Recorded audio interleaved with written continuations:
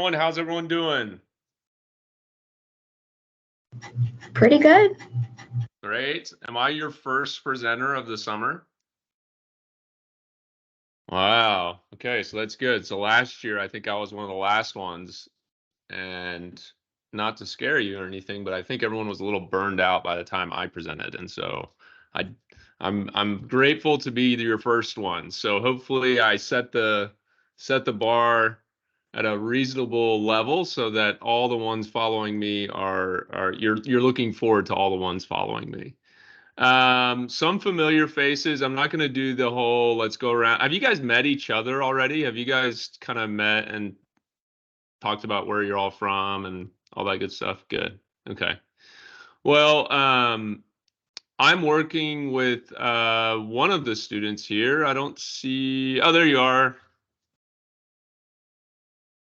Um, Actually, can I see you? I don't see you. Where are you? Can you come off mic, my student? Oh, can you see me? There you are. Yeah, sorry. Okay. When you're not on mic, you kind of Nice. disappeared. So we're working together, but I'm sure I'll get to hopefully see some of you around at various things throughout the semester. So, Jackson, I don't know. Did you tell them what the presentation is about today, or no? No, I did not tell them what the Okay, presentation cool. was about. Yeah, Okay. it's a surprise.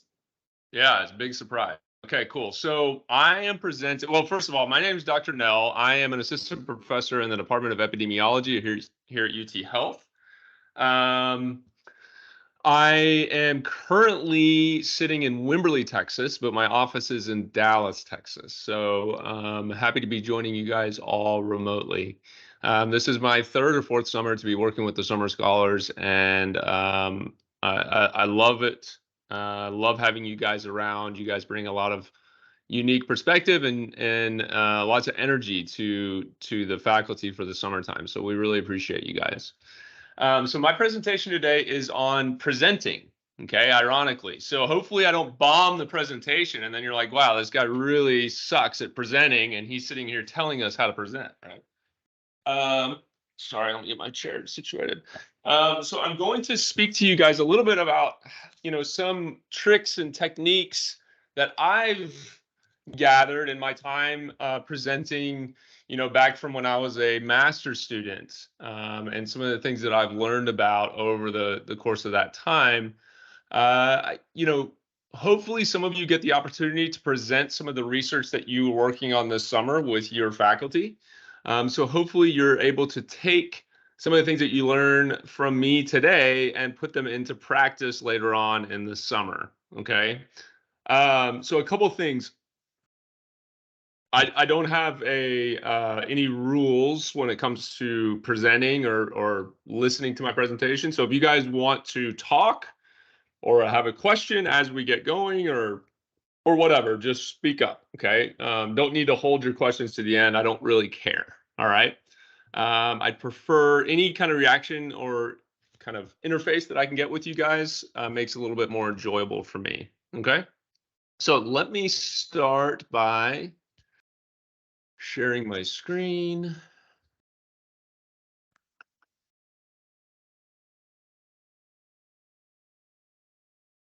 Can you guys see my screen?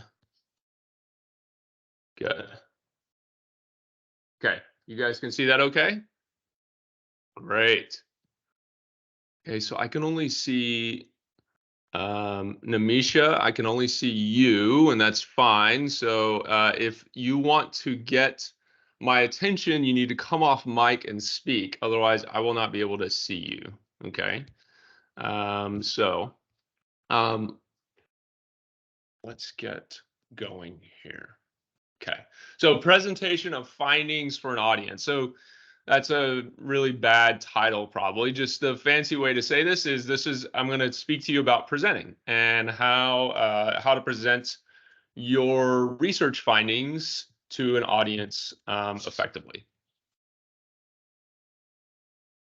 Okay, so 3 basic rules of presenting that I want you to to remember and take away from this presentation?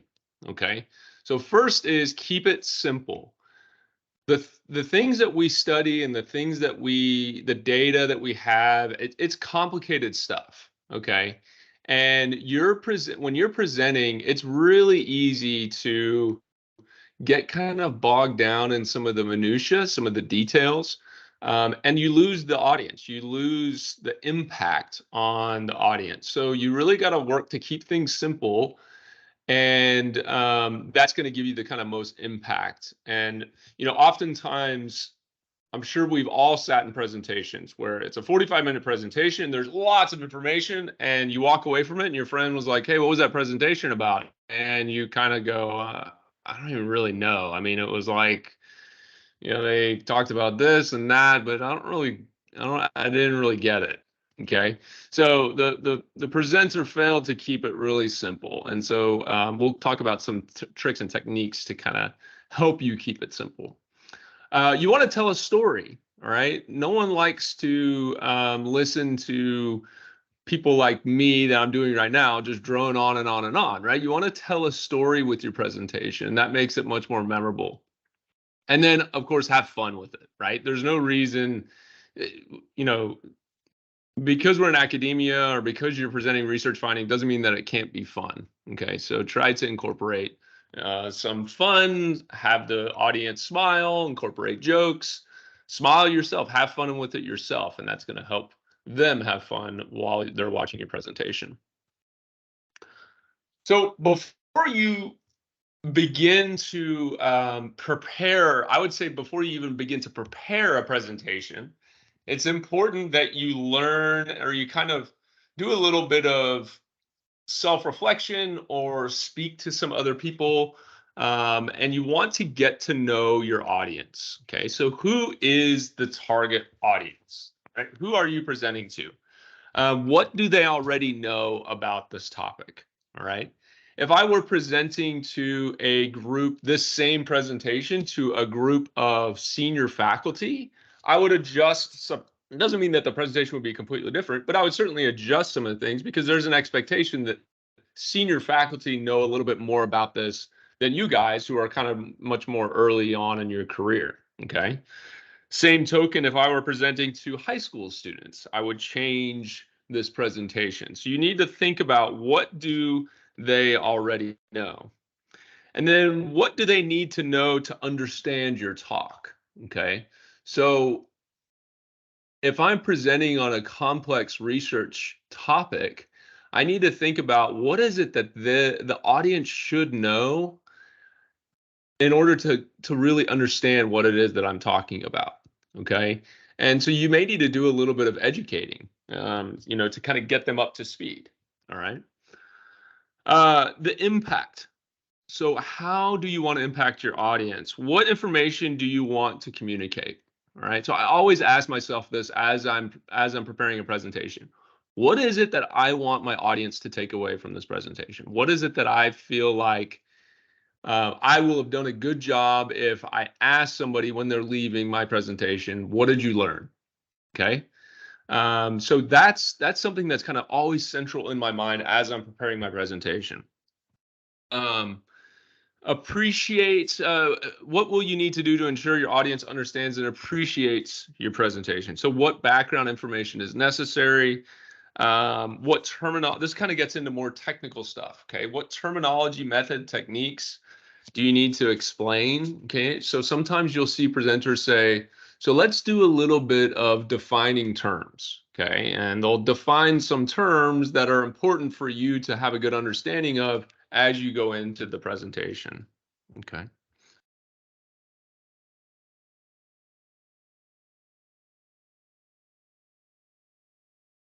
There we go. Okay, so I'm going to talk about elements of a scientific presentation in these three kind of main topics. Okay, we're going to talk about the structure narrative of the presentation, the visual aids that are used within a presentation, and the delivery of a presentation. So let's get into the structure, the narrative. So as I mentioned in kind of the opening there, a good presentation tells a good story. All right. So this isn't that dissimilar to a movie, right? In a movie, you have a beginning where you kind of introduce, you lay out the characters, you kind of understand who the conflicts are between characters, the protagonist, antagonist, so on and so forth. You get into the middle, the meat of the movie, where we have some obstacles that the protagonist is trying to overcome, where there's a crescendo, a climax, and then the movie kind of comes to a conclusion. A science talk is very kind of similar, right? We have a very low key introduction where we kind of get them up to speed quickly on what it is, that why we're doing what we're doing.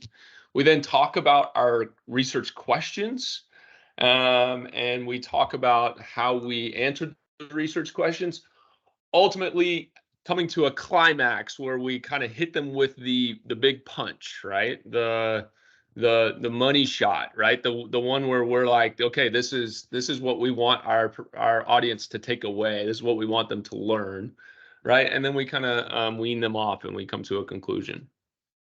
So in order to do this, with that introduction in particular, it's important to start with a big picture. Okay. So you want to frame your question with, in a kind of very general sense. Why is it are we doing what we're doing? Okay. In a very general way. And then we kind of, filter on down to a much more specific thing that gets to our specific question for our talk. Okay. So an example here, this is some of the work that I do. I study physical activity. And so I may say something in my talk, and this is kind of like a general outline. I would say, physical activity during childhood is critical for healthy development. However, additionally, participating in sports is a key driver of physical activity during childhood. However, some communities do not provide access to sports or to be sufficient parks and programming to be able to participate in sports. So if I opened with some communities do not provide access to sports, the audience would be kind of lost, right? You haven't brought them to that topic. You kind of got to start with a very general picture and then bring them to the main research question, right? So you state your research goal early. Again, this is one of the ways that you structure the paper is or your presentation is to state your research goal early. So you don't want the audience to be sitting there 10 minutes into your presentation and be going, what is it? What is he presenting on? What are we getting at here? What is this all about? Right. So give them that information very early on so they have this big picture, this topic in their mind, and they understand the context of everything else that you're presenting on. Okay. It's important to break up detailed information into chunks. All right.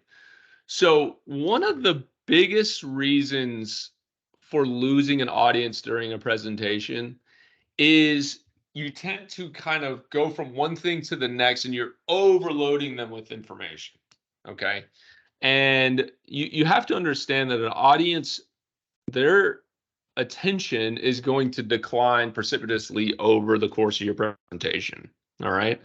And this is kind of falls, square in the face of that other slide that I just showed you, where you want to build them up to this crescendo. Well, they're losing interest over time. So you got to kind of combat that. All right. And one of the ways that you do that is you don't try to give them everything in one big chunk. You kind of break it up into smaller chunks. All right.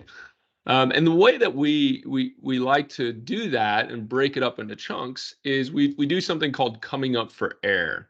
Okay. So what we'll do is we'll present on a topic, on a particular thing. And then after about 5 minutes of presenting, we'll kind of summarize what it is that we presented on. All right. And, oftentimes I use that as an opportunity. I'll just take a long pause and I'll say, so to this point in the presentation, I've talked about how to structure a narrative within a presentation to kind of make to keep the audience interested. Okay. What questions do you guys have for me? And I'll lay that out to the audience, and I'll even take a drink of water. Okay. And I give the audience a break. I give myself a break. And it just kind of allows a little bit of air to be breathed into the room, so to speak. Okay. Sometimes a way that this is done, and you'll see it in this presentation, I kind of did this, is we use a home slide. All right. So that grounds the audience into the topic. So oftentimes we'll say, okay, we're going to talk about these three things. We're going to talk about main point 1, main point 2, main point 3. And as we shift from point to point to point, we come back to that home slide. And that reminds the reader, okay, we finished talking about fishing impacts on sea turtle populations. We're now moving to reducing bycatch do circle hooks work, right? And then we talk about that, and then we get into the third one. And all that does is it allows the audience to kind of stay up to speed, kind of have an understanding of where you're at in the presentation, so they're not just getting overwhelmed and lost with information. Okay.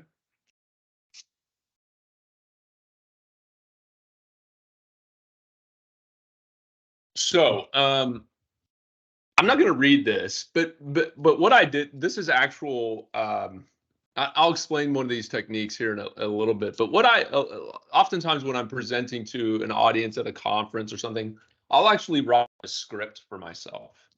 Okay, and I don't sit and read the script. I'll explain how I do that. But the reason I put this text in here is I try to, when I write my script, I try to remove scientific or technical jargon and just really tell the story of the slide. Okay, so the slide may have some kind of more technical, maybe some bar graphs or some line graphs or some some tables, but I don't just sit there and read the tables. Okay, the audience can do that. I tell a story, a narrative that helps contextualize the tables or the information or the data that I'm presenting. So you can read that and you can kind of see what I mean as as you review the slides. Okay, some more kind of tips and tricks on how to kind of tell a narrative with your slides. Okay, so deliberately emphasize 1 to 3 take-home messages. I do this a lot in a presentation. I will say to them, I think some people think that they're being redundant or they're being too explicit or patronizing to a certain extent with their audience when they'll say, now, they think it sounds this way, but it doesn't. But I'll say to my audience, now listen, I want everyone to pay attention. This is an important take home. I want you to remember this. If there's one thing you remember from this presentation, remember this. Okay, and lay it out there. Don't make your audience read between the lines and try to decipher what it is, the key messages that you want them to take away. Write on your slide, key message, right? Or big take home away message. I want you to remember this. You can even say, I want you to remember this, and put it on there. Okay. Don't make it, kind of what I was saying, keep it very simple. Don't make it more complicated than it needs to be for the audience. If you want them to remember something, tell them, I want you to remember this, right? Yeah, and then end your talk with the summary visual. We'll get into visuals here, okay? So this is my, as I was just talking about, this is my home slide, okay? So we just talked about the structure and developing a narrative using your paper. So now we're gonna get into visual aids, okay? And how that can be used. So these are the elements of a scientific presentation. We just did this. We're gonna get into visual aids. Does anyone have any questions for me on the structure and narrative before I move on? Comments? Things that have worked for you in the past as a presenter? I would just say how you explain to make sure we're really kind of simplifying things and explaining so that everyone can understand. Because a lot of time during presentations, like people would just start using too much jargon, or just I get lost because I can't follow, and then that does like make me pay less attention. Yeah. Yeah, it's really important, right? I think this is one of the biggest challenges of developing really good presentations is we have complex data and complex information, and we have to figure out a way to distill that into something that's really digestible. Okay. So it takes some practice, but I think one of the ways that you can develop that skill is, one of my favorite things to do is I'll present to a layperson. Don't present to one of your other summer scholars. Don't practice presenting. I mean, you can practice presenting to them, but also practice presenting to your mom or to your dad or to your sister, your little sister. A high school student's a great person to practice presenting to, because they're going to tell you, like, that makes no sense. I have no idea what you're talking about there, right? It's too complex, went way over my head. Those are great kind of people to get feedback on, and just ask them, like, is this making sense to you? Is this too complex? Do I need to slow down? Is this too much information? And again, remind yourself, what is it that I want them to take away from this, right? Is it really that important that they understand the very technical aspects of what we did to answer this research question? Maybe not, right? What I want them to remember, like the big takeaways. Okay. Good comment. Thank you. Okay, so let's get into visual aids. All right. Guys, I realize these are like really dated looking graphics and so on and so forth. I think this is like probably from PowerPoint 1997 or something like that. But some of the instructions here are still really useful. So you obviously want to choose a slide background to optimize your foreground content. Honestly, guys, don't make this more complicated than it needs to be. Okay, just use a white background. I like a white background with, as you can see on my slide here, with some sort of border. Sometimes I use a border on the bottom, or like just a bar on the bottom or one on the side. I don't get too crazy with, these kind of real fancy looking PowerPoint backgrounds. No one's going to remember those things, right? No one's going to remember, wow, they had a really neat background on their presentation. They just want the information. They're there for the information, not for the backgrounds. Okay. This is a tip. A white slide background in a relatively small room, such as a classroom. Use a black or a dark. Like I like to use a really dark blue background in a relatively large room, such as a large lecture hall, presentation hall. Don't use anything with any kind of this weird kind of font, I don't know, images, designs, whatever. Just some kind of tips and tricks. Again, I try to stay away from colors. The kind of crazies I will get is a very dark blue. But I try to kind of be real careful about that. Yeah, again, don't get crazy with the font. Don't get crazy with these images. These are old, like clip art images, I think. But just try to keep things much more simple. Choose your colors wisely. Okay, think about what it is that you want to the reader to be able to take away from it. So if you want to kind of highlight this portion of the brain, use a color wisely to highlight that portion of the brain, for example. Okay. If you're wanting to indicate that D was the group indicated as D had the highest levels of whatever it is they're measuring here, use colors to indicate that. That's a really good way to kind of draw attention to that point that you're trying to make. okay, rather than something like that. Serif fonts or sans serif fonts, right? So serif fonts are what you're looking at here. This is like a Times New Roman. A serif font has the kind of little, I don't know what you call them, but little designs on the end of the letter. Those are better for printed, something, printed that you're kind of holding in front of you, a book. But a presentation, we prefer to have sans serif fonts. Here are some sans serifs that are, commonly used in presentations, and these are all Word fonts. I'm sure if you use Apple, there's probably something similar, or even the same.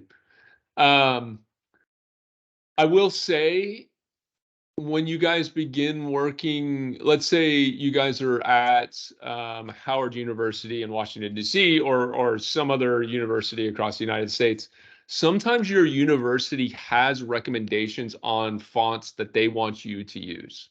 So if you just Google your university name and brand, typically they call it like branding or branding style. Your university will provide you guidance on the types of fonts that they want you to use so that everything kind of looks clean, right? The font matches with your school's logo and so on and so forth. Yeah, obviously you want everything to be easy to read. I think this is a big mistake a lot of students make. Even my doctoral students, I've seen this. They'll use fonts less than 18 point in a PowerPoint presentation, which is just too small. A 12-point font in a PowerPoint is way, way, way, way too small. Okay, people in the back of the room are not going to be able to read it. All right. I generally try to stay around 20 to 24 for most of my fonts, just to be safe. Okay. Yeah, it's harder to read underlined words or words in all caps. I tend, try to focus on using bold letters or italics if you want to emphasize something within a body of text in your presentation or in your slide. We've all done this. I've been guilty of this. You see it in lots of presentations. It's hard. But it's just too much font, okay? You don't need this much font on a slide. No one's going to sit here and read it. It's just never going to happen. So think about what it is that you want. What is it that you're trying to get the audience to take away from this slide, okay? And put the highlights in there, and then use your language, use what you're saying to provide the rest of it, okay? So hit them with the really good stuff and then speak about all the kind of details surrounding the good stuff that's on the slide. Okay.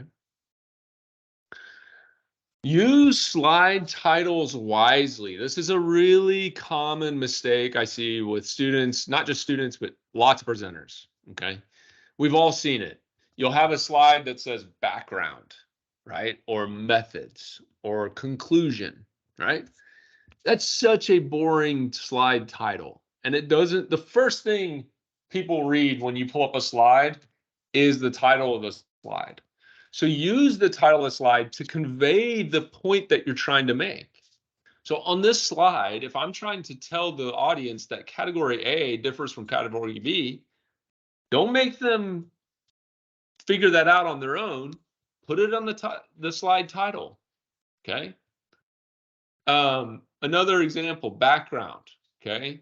And then you kind of get into the point of the slide, okay? But instead of having background, put the takeaway message from that slide, make that the title. Infants benefit from positive touch, okay? That's what you want, and then provide the kind of details surrounding that here, all right? Some slides don't need a title, okay? If I've got a picture that is very clearly indicating what it is that I'm trying to describe here, don't make the slide more complicated than it needs to be, Okay, I don't need to tell the readers or the audience that this is a giraffe. They can clearly see that this is a giraffe, right? This is a kind of a silly example, but I think you guys get the point.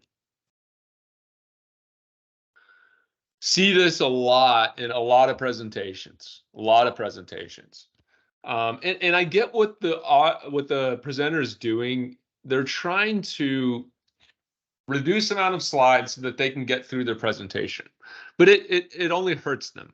Okay, I think if rather than having these six bar graphs on one slide, you would want to have them each on their own slide and then have the main takeaway from each bar graph as your title. Okay. And so that allows you to tell a much more coherent story with your results than just putting this up there and say, okay, I'm going to walk you through this. Okay. Bar graph 1 is showing us that category A is significantly different from category B, right? You can see that here. Walk them through it much more slowly with the bar graphs blown up and the takeaway message from each figure as the slide title. Okay. Use the best images, photos for your talk. Okay. So, there's just some things that you could do. You guys can clearly see from a design standpoint, you kind of got to put your graphic designer hat on, or your let your artistic abilities shine a little bit. But you can clearly see that this is a much more visually appealing slide than this one here. Okay. And same goes for these, right? Just looks much nicer.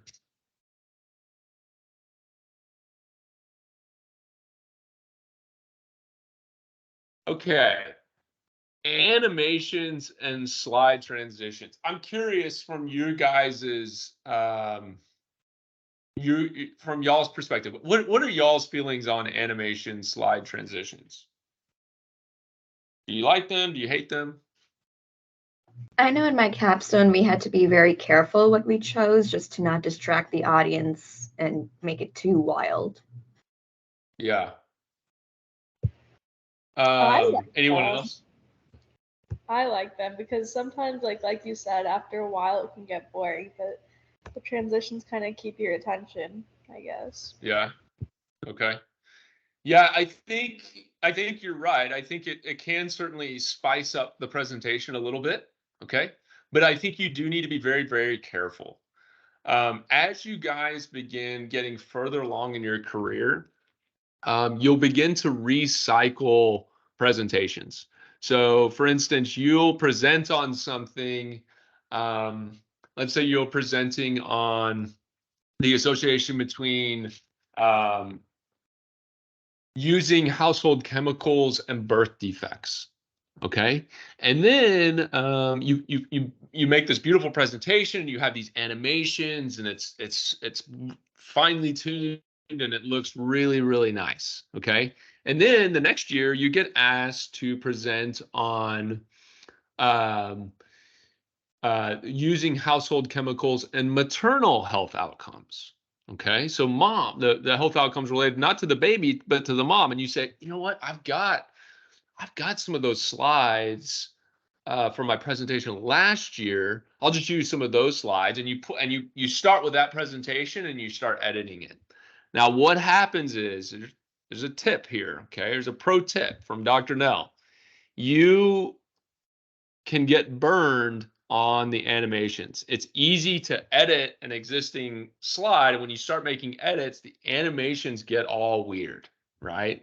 And so what ends up happening is, because you've edited it, if you don't practice it and you don't check it, you'll get to your presentation and you'll hit next, and then there's this weird animation from that's kind of baked in from the old presentation, and it doesn't make any sense anymore because it was related to the old presentation and not the new presentation. Okay, so that's one thing to be really, really, really careful of when you start using animations. And then, as the other person said, just generally speaking, I think you want to be very kind of cautious with animations. Use them sparingly. It's okay to have them, but don't go crazy. Don't go overboard. They can tend to distract the audience. And again, you want the audience to take away the main points of your paper, not that you had really neat animations. Okay. As I say this, watch, there's going to be an animation in here that I didn't check, and you guys are going to laugh at me. Okay, strive for a simple slide layout. Okay, you guys can kind of see that these are not all ideal, right? This is way too sparse, just lacks visual appeal. Too much going on in this slide. You've got, 1, 2, 3, 6, 7, 8, 9 figures. A little bit random here with no kind of slide title. Hard to understand what it is that we're actually trying to convey here.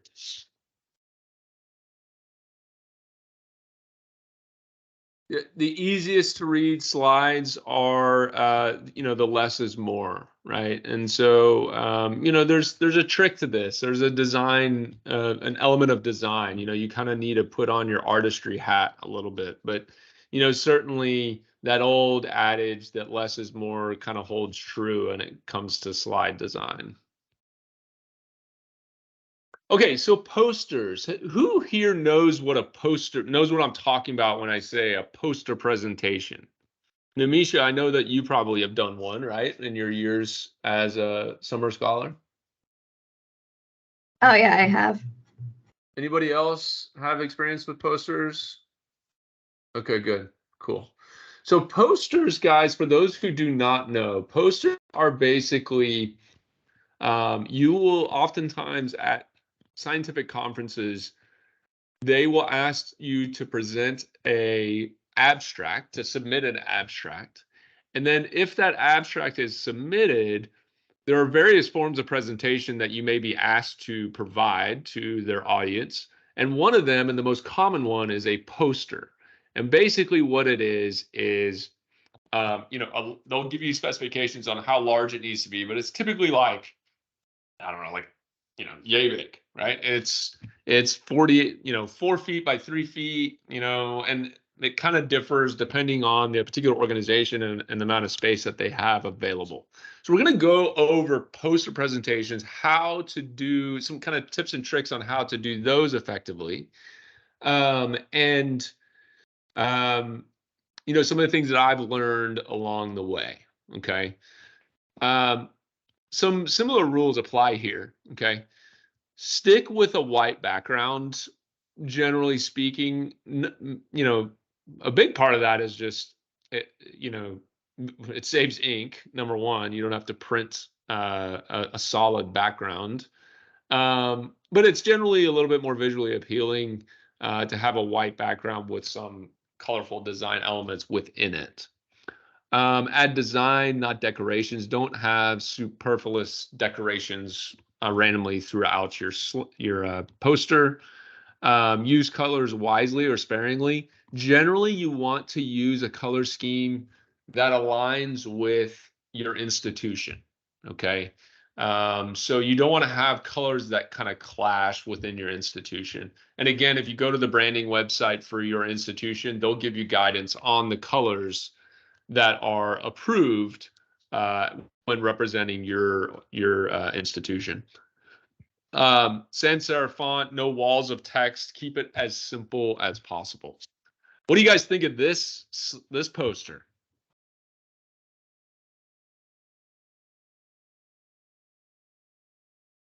You love it? No right answer here, guys. Let me hear. I would say it's not like the best poster, just because I know that for any like presentation, you're really trying to minimize words, especially for poster presentations, because you want to convey these ideas through your words so that they're easily understood by like everyone that's watching and any like level of knowledge. And this just looks like a lot and looks like a poster someone would easily just like walk past because it's a lot. Yeah. Well, you're really nice. being way too nice. I think this is a terrible poster. Okay, it's awful. It's way too much text. No one, to your point, when you do a poster presentation, you're in a room with sometimes 1,000 other people who have their posters hanging up. And the other attendees are kind of walking around, and sometimes they'll read the abstracts ahead of time, and they'll say, "Oh, I want to go by that poster because I want to talk to that person who did that study."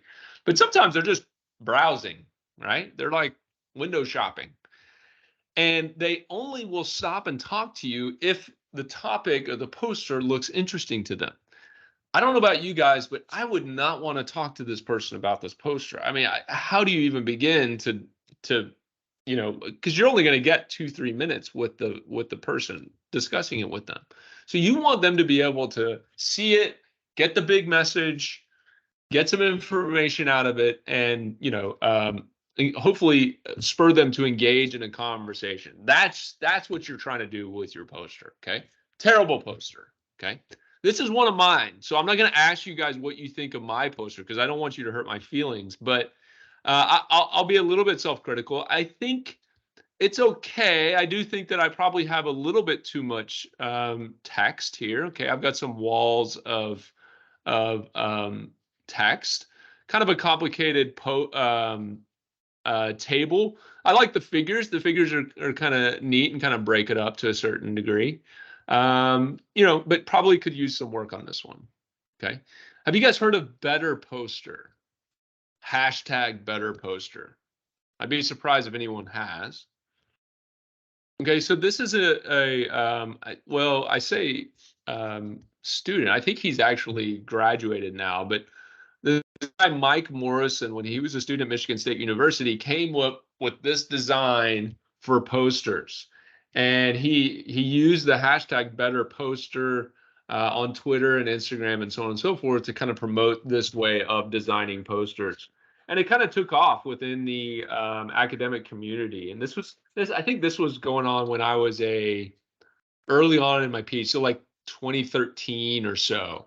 2013, 2015 is when the Better Poster movement kind of kicked off. If you go to conferences now, I would say about maybe not 50%, but kind of close to 50% of the posters will be in this style. Okay, this Better Poster style. So let me kind of walk you through it.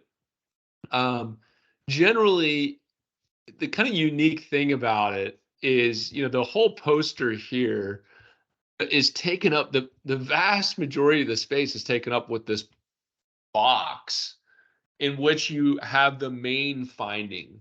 Okay. You use very lay language in your main finding, this portion of font right here. And you generally bold or, in some way italicize some kind of important elements within that main finding. But again, it's one sentence, maybe two at most, but very, very short.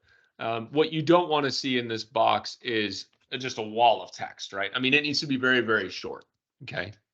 You then have the title on the left side, the authors, 3 to 4 bullet points for the introduction, 3 to 4 bullets, or in this case, a numbered list of things for the methods, okay, which is not a lot. I mean, you're really, really reducing it down to like the bare bones minimum what's needed here, okay? You have the results. Generally recommended you have one figure that kind of really hammers home the main finding, and then kind of 2 to 3 bullets contextualizing that figure. And then the discussion, okay, where you kind of talk about 2 or 3 elements within the discussion. You have a very small logo of your institution. And then if you have any extra tables or figures that aren't the kind of main one for the results, you kind of list them on the right side. More importantly, perhaps, is you would have generate a QR code where you redirect the viewer to, if there's a full page to accompany the abstract or to accompany the poster, that's fine. Maybe the abstract that you submitted to the conference, or perhaps you made a table that looks, more like this one, and it redirects to that where they can get all the information that they could possibly want. Okay. So a really kind of neat way to do a poster. I would say this, there's probably, you're all probably looking at this going, wow, this would be so easy for me to make my poster. Sometimes making it more simple like this can be tougher, right? This poster, it's a lot, but at the same time, this individual didn't have to choose what to include in his poster, right? He or she just put it all in there, right? This one, you've got to be very careful and selective about what it is that you want to include in your poster. So sometimes that can take some work. Okay. What do you guys think of the better poster? Do you guys like it, hate it?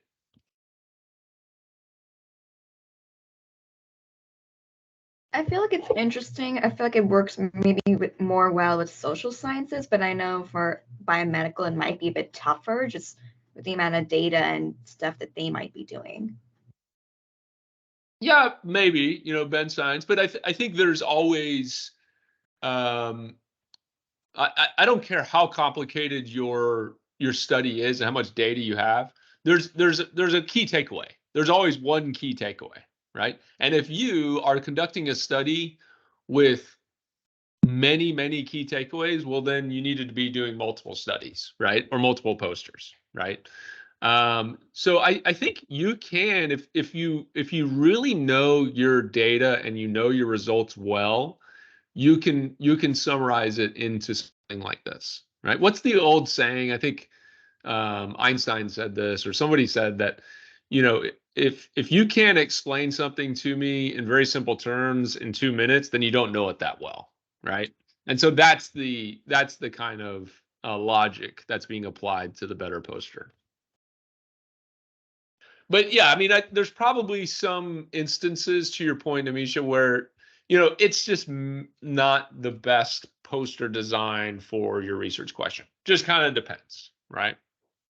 Anybody else have any thoughts on it?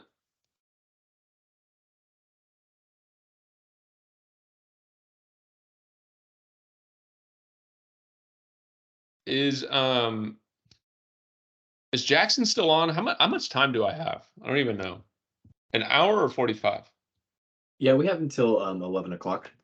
Okay. All right. Okay. So I'll keep going.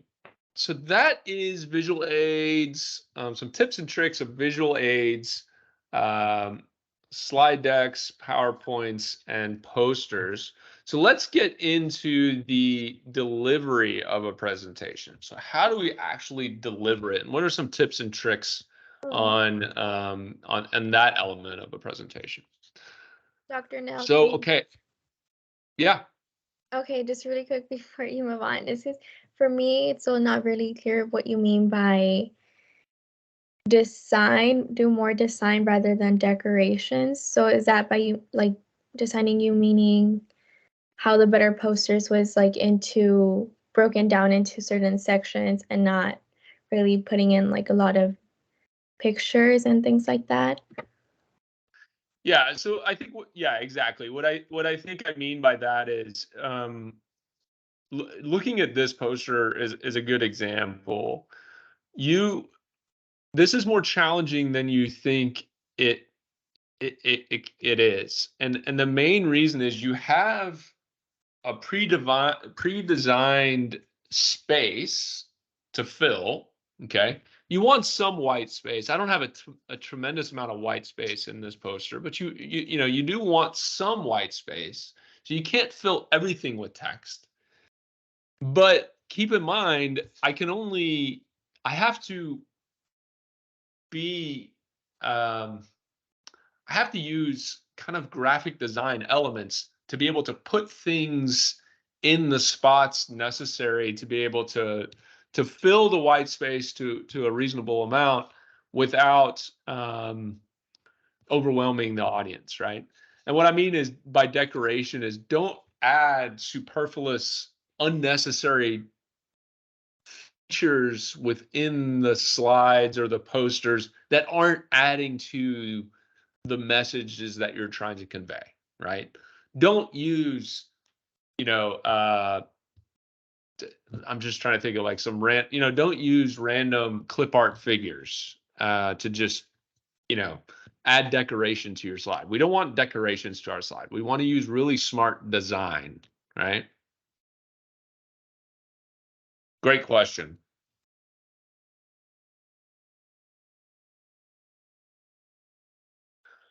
Okay, so again, we're talking about the delivery of a presentation. So this is the most, if you want to remember, or I want you to remember anything from this portion of the presentation, and that is to practice, practice, practice, practice, practice. Okay? Rehearse your presentation as much as possible. I tell my doctoral students when they're getting ready to defend their dissertations, they need to practice at least 6, 7, 8 times, maybe a dozen times before they give that presentation. Okay, that's a huge commitment of time. The presentation takes 45 minutes to an hour, so you're talking, 8, 9, 10, 11 hours of practice, okay, before you give that presentation. The reason for that is that, well, there's lots of reasons, right? You want to obviously work out any kinks, but you do not want to, when you are presenting, the last thing I want to see you guys doing is standing there and reading a script. So let me talk about that for a second. I don't know if I get into this. No, I don't. Okay, so when I build a presentation, what I do is I start with like slides like I'm doing with you guys today. I start with the slides and I build out the slides. But as I'm building out each slide, I go into my notes and I write in, I basically dictate what I will say for each slide. And I say everything. So I'll say, good morning, everyone. It's a pleasure to see you all today. I'm so excited to be here. And I basically act like I'm presenting and I'm just typing out what I would say. Okay. And very kind of like in a free form fashion.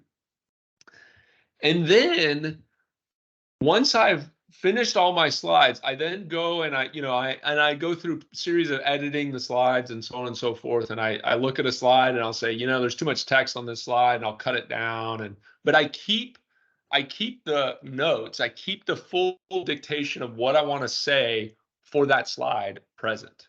Okay. And then when I go to practice, I will start by just reading my notes with each slide. And as I practice more and more and more, I don't have to look at my script as much for each slide.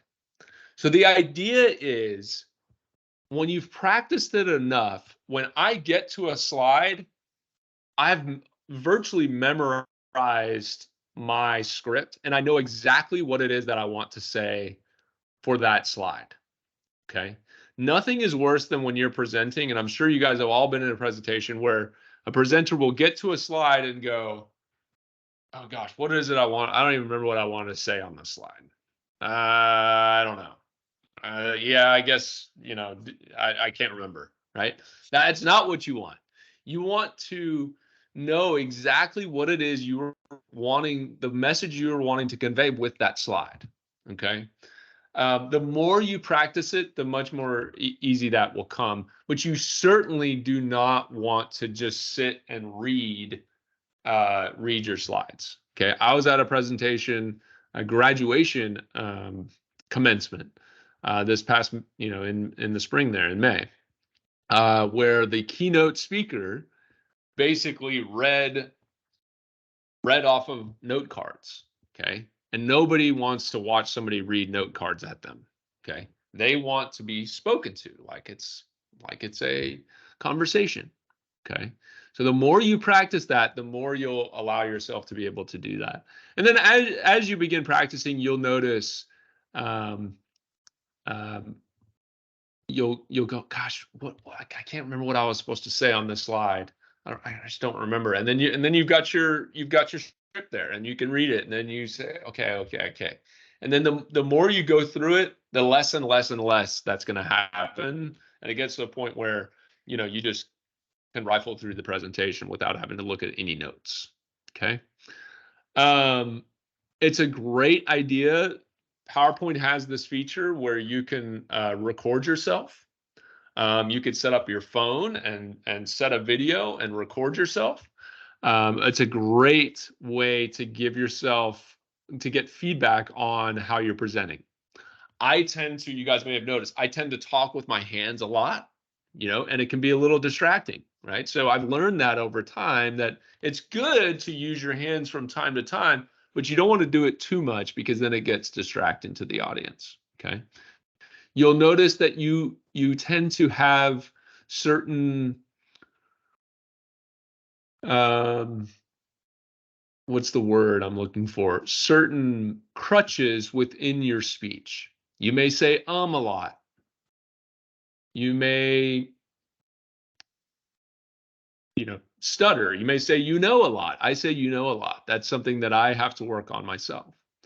It's much easier to pick up on those things when you record yourself and watch back your video. You will be shocked at, it's kind of cringy. You're watching yourself and you're like, oh my gosh, I can't believe I do that. But it's really, really good for you to kind of give yourself that feedback, and then you can work on it, and you will, and you'll get better. As I go through my week leading up to a presentation, I find myself rehearsing mentally all the time while I'm walking to work or driving my car to the office or flying on the plane to the presentation. I'm beginning, because I've got the script virtually memorized, I begin mentally rehearsing it in my mind. Okay. And then lastly, I'll say a great way to practice, once you feel like, hey, I've got this pretty good. I've practiced by myself. I've recorded a video. I've watched it. Practice in front of friends and family. Okay. Ask your roommate, your partner, girlfriend, boyfriend, mom, dad, brother, sister, whomever. Ask them, hey, can you sit and watch me present? And I just want to get your feedback on how I did. Now, it's important when you do that, you do it as real life as possible. Okay. Don't say halfway through a slide, oh gosh, I forgot I was going to say that. Just ignore that. Don't worry about that. No. This is a dress rehearsal. Do it as you would in the presentation. So if you screw up, no sweat, just keep going. Okay. And then you'd be surprised. You may ask them, did you notice how I screwed up on that one section? And your person you're presenting to will say, no, I had no idea. I didn't even notice. Okay. So it gives you some really nice comfort to know that, man, even if I screw up, they're probably not even going to notice it. Okay. What questions do you guys have about that? Practice, practice, practice. Anything? So as I kind of mentioned this earlier, don't just sit and read the slides. Okay. You want to have the slide as a visual cue for what it is that you want to say. All right. So some things to be thinking about. I think I didn't mention this in the presentation. I should add this to the practice slides. If you have the opportunity to practice in the actual environment in which you're going to present, take advantage of that. Okay. You don't always have that opportunity, but sometimes you do, particularly if you're presenting at school, or some other kind of location similar to that. You may be given the opportunity to go into the actual room where you're going to present. And that's really beneficial, because then you can begin to kind of visually prepare and visually rehearse what it's going to be like. You can also work out any kinks. Okay. You want to make sure that your projector works properly. Can you hook up your laptop to the projector? Do you need to bring a flash drive? Does the do you have a laser pointer, or is the laser pointer showing up? All of those little things you want to be able to work out ahead of time if possible. It's not always possible, but if you can, you should do that. So when you are looking kind of, if you're able to record yourself, think about how loud you're talking, how fast or slow you're talking. Are you taking any breaks? Are you too monotonous? How is your posture? Okay, are you standing up? Are you looking down? Some people have very nervous, repetitive movements or tics. Okay, so they may shake their tap on the table, or something to that effect. A really common one, which it can be a little distracting, and the audience always feels for the presenter when they're doing this. But if you do have some notes or a piece of paper, if you're very nervous, it may shake. Okay. And it can be a little distracting. No one's going to laugh at you, but it can be a little distracting. Okay.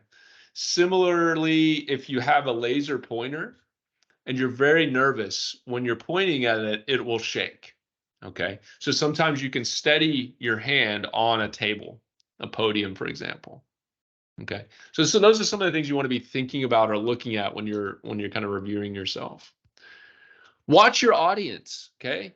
Are they yawning? They look bored, right? If they do, try to combat that somehow. Okay. If there's something else distracting them in the room, those are some things you need to kind of be aware of. Not always something you can deal with, right? A crying baby, for example. All right. You could you can make a joke about it. That would probably be the best thing to do. Acknowledge it. Don't just ignore it. But don't make the person feel bad about the fact that they have the child there, right? I would probably make a joke about how I agree that my presentation sucks so bad with the baby, it's even causing the baby to cry. Okay. So think about some of those things.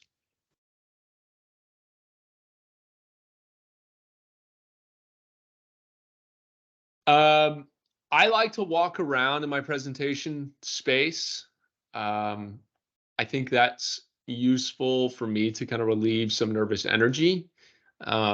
I also think it provides the audience with it's a little less monotonous when you're walking around, but you don't want to do too much. Okay. There's a healthy balance there. Okay. I tend to try to completely memorize the first 1 to 2 minutes of my talk. The reason for that is that gives me some comfort, and it kind of gets me off the ground, right? It gets me going, and it gets me started, and it gets my wheels turning, and then I feel like, okay, now I'm cooking, I'm going, right? Because I've kind of gotten over that initial like nervousness, and now I'm kind of going, and I'm not so nervous once I get through those first 2 slides or so. Okay. You can rehearse 5 minutes before your presentation begins. Normally I'll just rehearse those first 1 to 2 slides. I'll just say to myself, like, here's what I'm going to say. So I'll tell you guys a story. I presented in Mexico last year, in Mexico City, and to an audience of Spanish speakers. There were no English speakers, and I don't speak Spanish. Okay. So I thought, you know what I'm going to do? I'm going to say in Spanish my like opening line. And I was very nervous about this, but I wanted to, I just thought it would be nice. I could tell, obviously, by my appearance and my accent, they could clearly tell that I wasn't a native Spanish speaker. And I thought, well, this will maybe soften the audience into my talk a little bit. And I think it'll be kind of just a nice way to kind of get the ball rolling. So I was extremely nervous about this, however, that I had to speak in Spanish. So I memorized, I think I said something to the effect of, thank you for coming today. It's my pleasure to be here. I am not a native Spanish speaker, however, so if you would be willing to allow me to present in English, or would you be willing to allow me to present in English? And that's what I said, and I memorized it in Spanish. and the audience actually clapped. They thought it was so funny and so great, and they were very gracious, and they really, really liked that. So that's one of the things I like to do in a presentation is don't just jump right into it. Start with something that allows the audience to feel close to you. Share something about yourself, or talk about the venue, or the fact, if you're in San Diego, just say something that kind of relieves the tension and allows them to think, okay, like, let's have some fun with this. Like, it's going to be fine. Like, this is this is going to be cool, right? But I would urge you to memorize that part. You don't want to stumble on that opening stuff, because then that kind of sets you, and then you got nervous, and then you're like, oh gosh, this is not going well, right? So memorize that if you can. Always recommend bringing something to drink. Not only because your mouth will get dry because you're speaking a lot, but more importantly, it gives you a break. Okay, and you don't have to say anything. You don't have to say, oh, excuse me, let me drink some water. But when you finish a slide, just take a minute and take a drink of water before you move on to the next one. Gives the audience a time to breathe as well. Okay. Just like that, right? If you get the opportunity to practice where you're presenting, make sure you know where all the keys, what all the buttons do and how they work, right? Generally, it's just the forward and backwards button is what you're looking for, but not always. I've been in some where they've got it all weirdly set up. Okay. Put a timer on your phone. If they don't have one present for, sometimes they'll have a timer there for you that'll tell you, where you're at your presentation time, but not always. Sorry guys, I'm over time. I'm gonna hurry now. Practice using a laser pointer. You don't want to go crazy with this. Certain types of laser pointers don't work on certain types of screens, so you need to be aware of that, okay? And in such case, you need to use your mouse. Again, steady your hand if you're nervous. Just something to be aware of. Laser pointers are good, but make sure you practice using it. Okay, at the end of your talk, you want to solicit questions from the audience. This is one of the most challenging parts about presenting, because inevitably you say, everyone does this. Your last slide says, any questions? And what happens? Everyone looks at you and blinks. No one has any questions. Okay. And that's fine. But, here's a couple things that I've learned. For whatever reason, if you rephrase that to, what questions can I answer? What questions do you have that I can answer? That seems to elicit more questions than just saying very open-endedly, any questions? Okay. So say to the audience, put it on them. What questions do you have that I can answer for you? Happy to answer any. Okay. When a question does come to you, a couple things.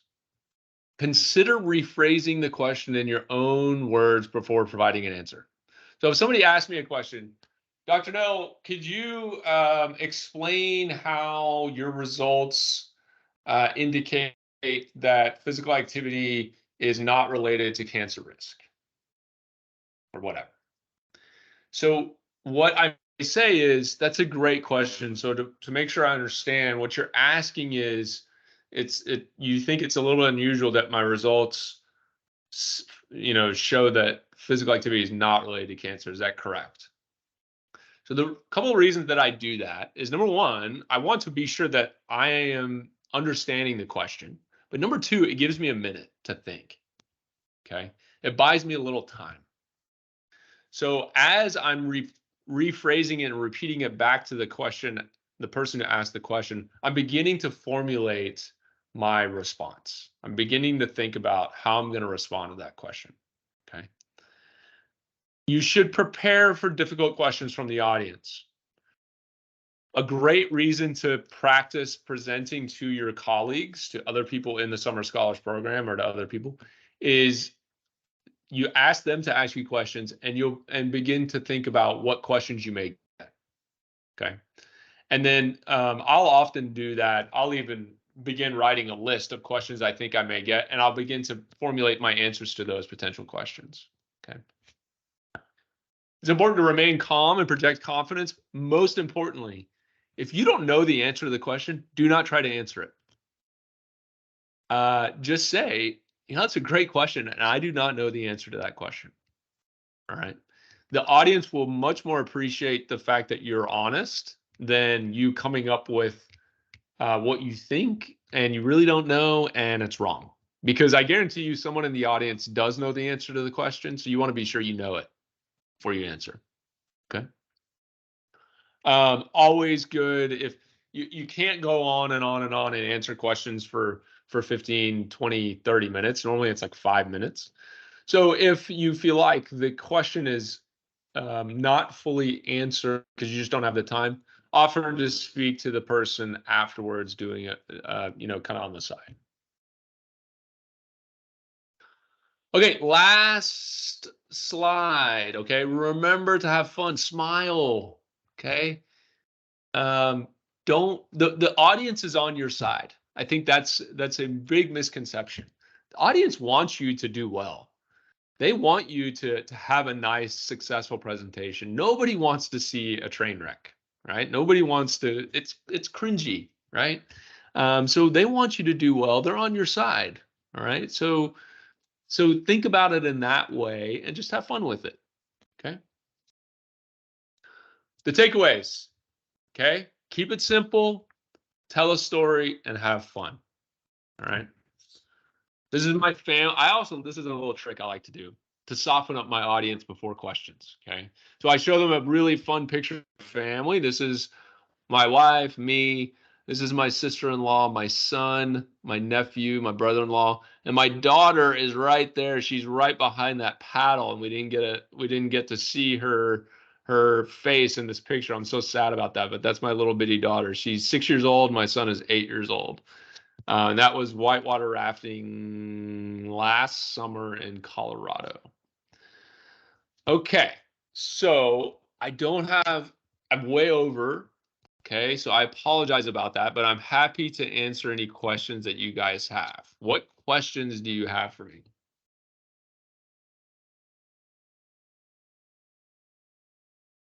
It was such a good presentation. You have no questions. You feel so prepared, right? I'd say maybe one question I have is, I know you said like a lot of repetition and practice will help with like kind of memorizing so you know exactly what you're saying, you know, the order and such. But do you have any other tricks for like sort of the memorization part to, besides repetition, maybe things you do? I don't know. Yes. Well, let me. I want to be clear. I think, I don't think it's important that you memorize verbatim what you want to say. Okay. Don't get hung up on, if I was going to say on this slide that, physical activity is associated with a reduction in type 2 diabetes. That's what I wanted to say. If I said, there is a relationship between the reduction of risk in diabetes and physical activity, that's fine. Because I didn't say verbatim, don't get hung up on that. Okay. What you want to be able to do is know that when this slide pops up, this is what I want to say. All right. Now, I will say that as I was mentioning, the first 2 slides, I will typically script them out. I'll write them on a sheet of paper and I will memorize them verbatim, scripted. Okay. So, honestly, the best way to do that is to just practice those first 2, 1 to 2 minutes of your presentation. But then after that, you kind of have the general sense of what it is that you want to say with each slide. Okay.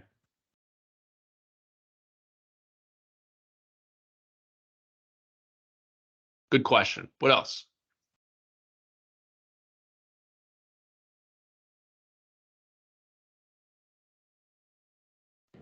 I have another question.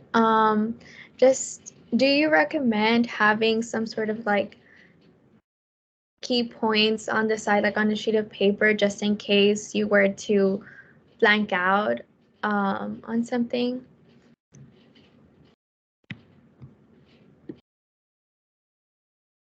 No, I don't. Because, hang on, I've got to close my door here. 1 second.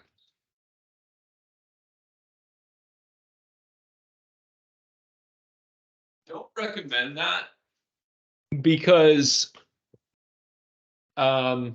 you're not going to blank out. And even if you do blank out, no one's going to notice. Just move on, right? Just pretend it didn't happen and move on. The only reason they would notice is if you said, "Oh my God, I just blanked out." Okay. You don't want to say that. Just filibuster. Just start filling the dead air with something. Just say something and move on. Okay. The reason I wouldn't recommend that is it'll be a crutch. You'll find yourself when you get to every slide, you're going to look at it. You're going to look at it, and you're going to look at it. Okay, and you don't need to do that. It'll be something that you'll be too reliant on, and you really don't need it.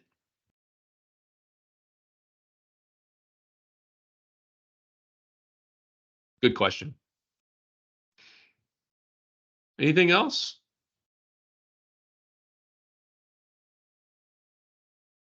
Okay. I look forward to y'all's presentations at the end of the year. I will send this. Jackson, do you want me to send it to you, or how do we get it out to them? Yeah, you can send it to me. This presentation is also going to be uploaded to the center's YouTube channel sometime either today or early next week. And I will definitely email you all with the link to the video. Okay, so you have the video, but I'll also send the slides, and you guys can kind of view those, so you don't have to sit through the hour long presentation. I'm sorry I went over, but yeah, you can kind of just view the slides at your leisure. Okay. Okay, guys, have a great summer. Nice to meet you all virtually, and we will see you when I'm in your audience viewing your awesome presentations. Okay. Thank you, Dr. Thanks again, Dr. Knell. You're welcome. Bye, guys.